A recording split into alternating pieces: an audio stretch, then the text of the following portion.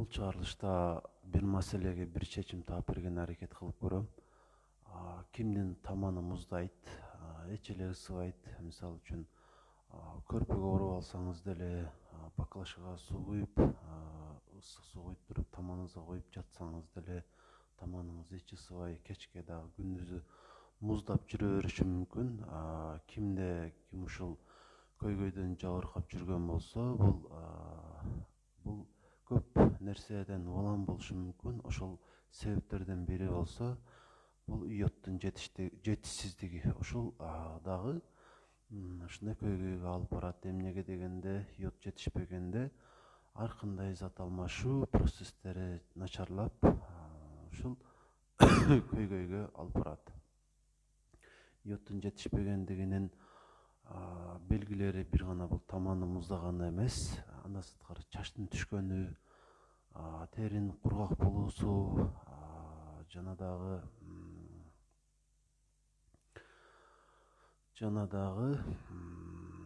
ар кандай белгилер бар, алсыроо деген сыяктуу ушундай ар кандай көйгөйлөрдүн болушу дагы йоддун жетишпегендигинен.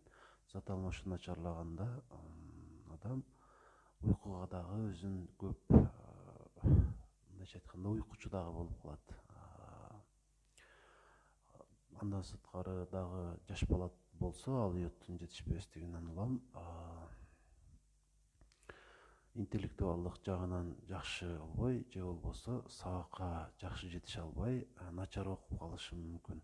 Ушул дагы йоддун жетишпестигинен улам болуп калат. Эми биз өзүбүз деңизден алыс, эндемикалык, мындайча айтканда, зонада жашагандыктан улам йодко болгон муктаждыгыбыз өтө жогору. Бул көйгөйдөн кантип кутулсак болот? Негизи биздин тамак ашыбыздын, негизги тамак аштарыбыздын бири болгон тузда йод бар деп эсептейбиз. Азыркы учурда ушул аркылуу маселе бир кыйла чечилген. Мурда болсо йод ундарга кошулуп жасалып жүргөн болсо, азыр ушул туздарга кошулуп жүрөт. Бирок баарыбыз үчүн бул норма болгон менен кээ бир адамдарга ушул дагы жетишсиз болушу мүмкүн. Ушундай учурда эмне кылсак болот? Ламинария деген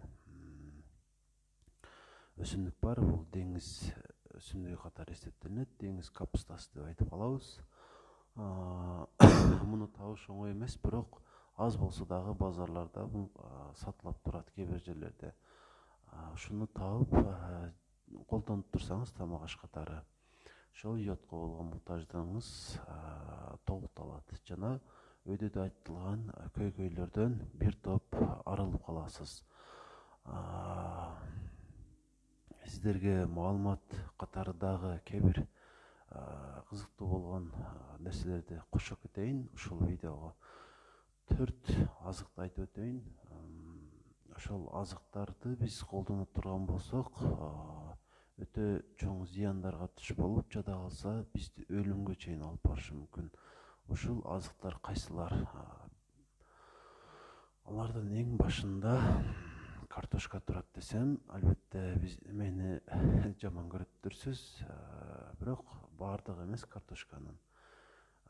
Кээ бир картошкалар жашыл болуп калат. Ушул жашыл болуп калган картошка биз үчүн уулуу болуп калышы мүмкүн. Анткени анда уулуу заттар бар. Биздин организмибизге терс зыянын бере турган. Эгерде ошондой картошкадан көп убакыт жеп жүрчү болсок, күбүнүбүз азып, кусуп, ички кан кетүү болушу дагы мүмкүн. Ушундай чоң зыяндарга учурап калышыбыз мүмкүн. Ошондуктан эгерде жашыл картошка учурап кала турган болсо, кожойкелерге кеңешим, аны калыңыраак арчышыңыз керек, же болбосо такыр эле таштап салыңыз таштандыга. Бул дагы сиз үчүн өтө пайдалуу болот, үй бүлөңүз үчүн. Кийинки кооптуу азык бул гүлас, орусча вишня деп коет. Ошол гүластын ичиндеги уругу, ошол нерсени биз маани бербей көбүнчө даамына кызыгып көптөгөн уруктарын кошо жеп коебуз. Ал дагы биз үчүн өтө кооптуу Ошондуктан мүмкүн болушунча анын уробун кошпой жегенге аракет кылыңыздар.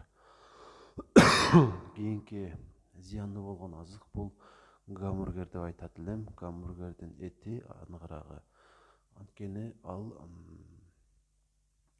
уулуу болгон эмес, зыяндуу болгон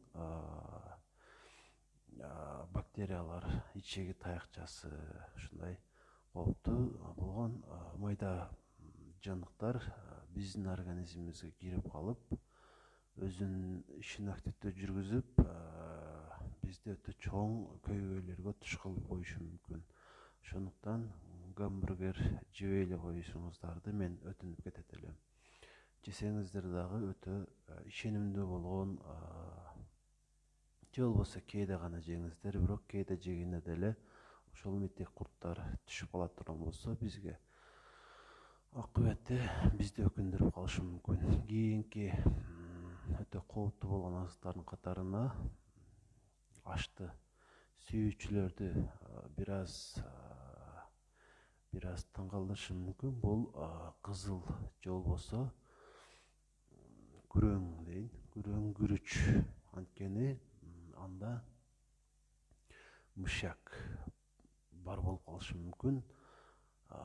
Ушул нерсеге мен толук кошулбасам дагы эскертүү катары айтып коеюн. Чындыгында бул маалыматка мен өзүм толук ишене алган жокмун азырча. Бирок билип койгон же болбосо бир аз ынанып койгон абдан жакшы болот. Эгерде сиз көп убакытка чейин ушул кызыл күрүчтү жеп жүрө турган болсоңуз, күрөң күрүчтү жеп тура турган болсоңуз, сиз ууланып калышыңыз мүмкүн. Уулануунун белгиси катары тырмагыңыздын үстү агарып, ак сызыктар чыгып, жалтырак болуп туруп калган болсо, бул сиз ошол мышьяк менен ууланып калган болосуз. Ошондуктан күрөң күрүчтү дагы албетте жегенден кийин ар кандай пайдалуу болгон азыктар менен организмибиз тазаланып турар. Бирок узак убакыт токтоосуз жей берсек, анын зыяны ушундай ууланууга алып барышы мүмкүн. Баарыбыз эле жакшы билебиз тарыхтан, Наполеонду ушул уу менен улам тамак ашына кошуу аркылуу уулап өлтүрүшкөн. Ошол сыяктуу эле биз дагы уулана берсек, улам эле бара өзүбүздү өтө чоң зыянга учуратып калышыбыз мүмкүн. Ошондуктан ар бир нерсеге көңүл буруп жүрсөк абдан жакшы болот.